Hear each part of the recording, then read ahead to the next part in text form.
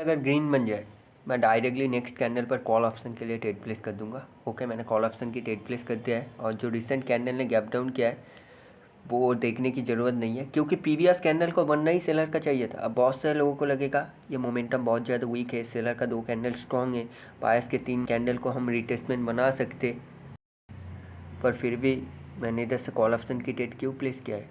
क्योंकि उन लोगों को इस जगह पर रीड करना नहीं आता। देखो सिंपली जो लोग बोलते हैं ना प्राइस एक्शन पैटर्न, वो सब कुछ नहीं होता। रीड करना है तो कॉम्प्लिकेटेड जगह को रीड करना होगा।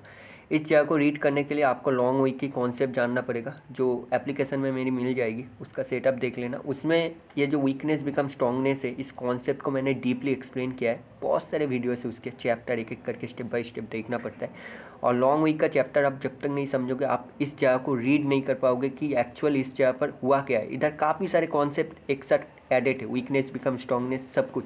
अभी करंट कैंडल का आप लोग रिएक्शन देखो, 300 के ऊपर जाने की कोशिश और लास्ट में 300 के ऊपर बायस ने गैप अप किया है। तो क्या हम इधर से कंटिन्यू का ट्रेड प्लेस कर दे? नहीं, प्रीवियस कैंडल एक एग्जॉशन कैंडल है। कैसे पता चला? आप देख सकते हो बायर का मोमेंटम वीक हुआ है, उसके बाद एक स्ट्रॉन्ग कैंडल बना है। तो प्रीवियस कैंडल एक एग्जॉशन कैंडल है, और जो गैप अप हुआ है ना लास्ट सेकंड में, वो कोई गैप अप नहीं है। अच्छे से मेरे स्टूडेंट्स को पता होगी ये कोई गैप अप नहीं है। इससे रिवर्सल काफ़ी सारे लोग इधर प्लेस करे होंगे। मैं एंटी का वेट कर रहा हूँ और परफेक्ट एंटी आ गई है, मैंने ट्रेड प्लेस कर दिया है। टाइम फ्रेम के अकॉर्डिंग एंटी चाहिए थी, जो टाइम फ्रेम के अकॉर्डिंग एंटी आ गई, मैंने ट्रेड प्लेस कर दिया है। बहुत से लोग सोचेंगे कि एग्जॉशन कैंडल में मैंने एंटी देखकर कंटिन्यू का ट्रेड क्यों प्लेस किया? क्योंकि एंटी आ सकती है भाई, ऐसी कोई बात नहीं है। आप लोग जहाँ से डायरेक्ट रिवर्सल करते हो ना, आप लोगों को पता नहीं है कि कहाँ से रिवर्सल करना है। अगर आपको पता है कि मार्केट का टारगेट अप डायरेक्शन है, तो मैं क्यों लूँगा भाई रिवर्सल? मुझे लेना तो कंटिन्यू का ही है। और कहाँ तक मार्केट का टारगेट है? ऊपर एक ऑर्डर ब्लॉक है, वहाँ तक मार्केट का टारगेट है। लास्ट सेकंड में करंट कैंडल ने एक ब्रेकआउट किया है, जो कोई सही ब्रेकआउट नहीं है। ठीक है, इतना समझ जाओ। तो मैं इस कैंडल पर कंटिन्यू का ट्रेड नहीं प्लेस कर सकता विदाउट एंटी, और एंटी तो आई है, पर फिर भी मैं इस जगह पर ट्रेड प्लेस नहीं कर सकते। एक लोअर हाई की तरह आप पकड़ सकते हो इसे, फर्स्ट लोअर हाई, पर अभी भी एक कंफर्म लोअर हाई ऊपर है, जहाँ पर एक ऑर्डर ब्लॉक है। मार्केट का असली टारगेट ही उधर तक जाना है। ठीक है, बात को समझना। आप लोगों को अक्सर मार्केट की टारगेट पता होना चाहिए। अगर फर्स्ट सपोर्ट और मोमेंटम की सेकंड लास्ट कैंडल की ब्रेकआउट हो जाए तो टारगेट का पता होना बहुत ज़रूरी है, तभी आप लोग ट्रेड कर पाओगे। ठीक है, फॉरेक्स की जो नॉलेज है ना, बेसिक नॉलेज एटलीस्ट मार्केट में चाहिए। हर वक्त 2 कैंडल को रिट्रेसमेंट नहीं पकड़ सकते। ठीक है, करंट कैंडल का आप लोग रिएक्शन देखो, करंट कैंडल में फाइट चल रही है।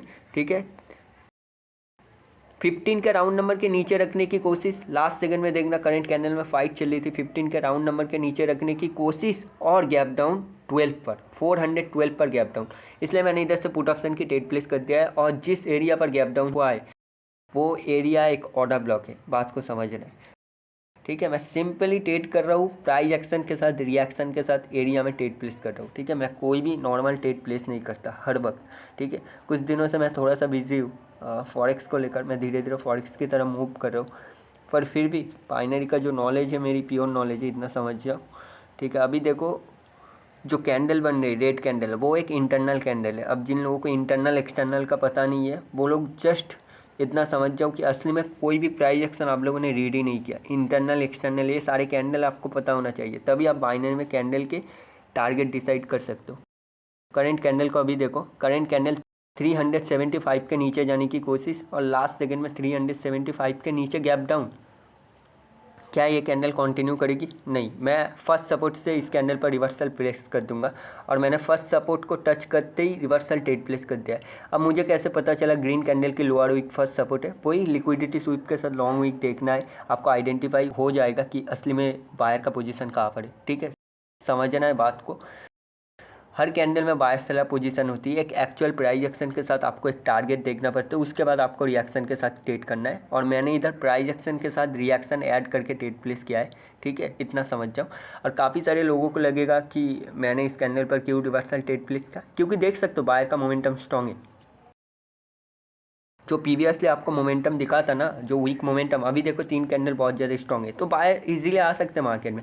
कैंडल स्टिक को रीड करना और एक कॉन्सेप्ट को लेकर चलना दोनों में अलग है। मैं कैंडल स्टिक, मार्केट की सिचुएशन सभी को रीड कर ट्रेड करता हूँ। करंट कैंडल का अभी रिएक्शन देखो, करंट कैंडल ने जो गैप अप किया है ना लास्ट सेकेंड में, वो कोई बिल्कुल सही गैप अप नहीं है और इस कैंडल के अपर वीक पर एक कंफर्म सेलर की पोजीशन है, इसलिए मैंने इधर से एक रिवर्सल ट्रेड प्लेस कर दिया। बहुत से लोगों को लगेगा इसके अपर वीक पर कैसे सेलर की पोजीशन है, क्योंकि इस कैंडल ने लिक्विडिटी स्वीप किया है, एक एक्सटर्नल कैंडल की लिक्विडिटी स्वीप किया। अब मैं एक्सटर्नल कैंडल इंटरनल कैंडल एक झटके में कैसे आपको समझा सकता हूँ वीडियो में, तो अगर डाउट हो तो टेलीग्राम में पूछना, ठीक है भाई। और रही बात, ये कैंडल एक कंफर्म सेलर की पोजीशन की तरह काम करती है। अगर इधर से बायर्स आ जाए तो नेक्स्ट कैंडल आपको बायर के लिए जाना है, ना कि सेलर के लिए। और इसके साथ काफ़ी सारे कॉन्सेप्ट ऐड है, gap, weakness become strongness, doji, काफ़ी सारे कॉन्सेप्ट, ठीक है। तो एक एक कॉन्सेप्ट आपको समझना पड़ता है स्टेप बाय स्टेप, लास्ट में आपको उसे कॉम्बाइन करना पड़ता है, ठीक है। अभी देखो करंट कैंडल एक रेड कैंडल बन रही है, बायर को रिट्रेसमेंट बनाकर सेलर मार्केट में नीचे की तरफ कंटिन्यू करने की कोशिश। ओके, लास्ट सेकंड में कैंडल बिग बन रही है और एक झटके में बिग बन गई। ये कैंडल एक एग्जॉशन है, ठीक है, एग्जॉस्ट कैंडल है, समझना है। अब ये कैंडल रिवर्स हो सकती है, अगर एक एंटी आ जाए तो मैं कंटिन्यू का ट्रेड प्लेस कर दूंगा। परफेक्ट एंटी चाहिए मुझे, परफेक्ट एंटी आ गई है, परफेक्ट एंटी। मुझे मार्जिनल सेफ्टी चाहिए, थोड़ा सा मार्जिनल सेफ्टी, ओटीसी है, थोड़ा सा मार्जिनल सेफ्टी। देखा मैंने मार्जिनल सेफ्टी नहीं मिला और मैंने ट्रेड प्लेस नहीं किया तो कैंडल छोटी बन गई, इसलिए मैं हर कैंडल पर ट्रेड नहीं करता। और कैट जेपीवाई का चैट है, ठीक है, चैट को नोट कर लेना। जेपीवाई का चैट है, बहुत अच्छा प्राइस एक्शन काम करता है, मेरी खुद की एक्सपीरियंस है, ठीक है। यकीन नहीं आए तो खुद जाकर ट्रेड करके देख लेना, ठीक है भाई। सही बोल रहा हूँ, ट्रेड करने की जरूरत नहीं, जस्ट ऑब्जर्व करना। करंट कैंडल के आप लोग रिएक्शन देखो, 450 के लेवल पर रिजेक्शन आ रही है। ओके, करेंटली देखो 427 पर कैंडल गई थी लास्ट में, ओके 429 पर गई और कैंडल को रिजेक्शन आ रही है। कैंडल 430 के ऊपर जाने की कोशिश, अभी देखो फिर से 428 29 से रिजेक्शन आई, 429 से रिजेक्शन आई, लास्ट सेकंड में कैंडल रेड बन गई और इस कैंडल ने 400 के लेवल को स्किप कर दिया, इसलिए मैंने इधर से कॉल ऑप्शन की ट्रेड प्लेस कर दिया। अब काफ़ी सारे लोगों को लगेगा कैंडल ने बायर के पोजीशन की स्किप किया, तुमने कंटिन्यू कर क्यों ट्रेड प्लेस किया। पहली बात, इस कैंडल ने लिक्विडिटी स्वीप किया, जो इसकी मतलब सबसे ज़्यादा चांसेस प्राइस एक्शन के अकॉर्डिंग जो कैंडल लिक्विडिटी स्वीप करता है वो रिवर्सल होने की सबसे ज़्यादा चांसेस होती है। क्यों होती है? क्योंकि वही कैंडल आगे जाकर ऑर्डर ब्लॉक में कन्वर्ट होती है, इसलिए उस कैंडल पर फाइट होती है। अच्छे से बात को ऑब्जर्व करना। दूसरी बात, जो कैंडल ने स्किप किया है ना लास्ट सेकेंड में 400 के लेवल को, रिएक्शन के अकॉर्डिंग वो कोई सही से स्किप नहीं हुआ।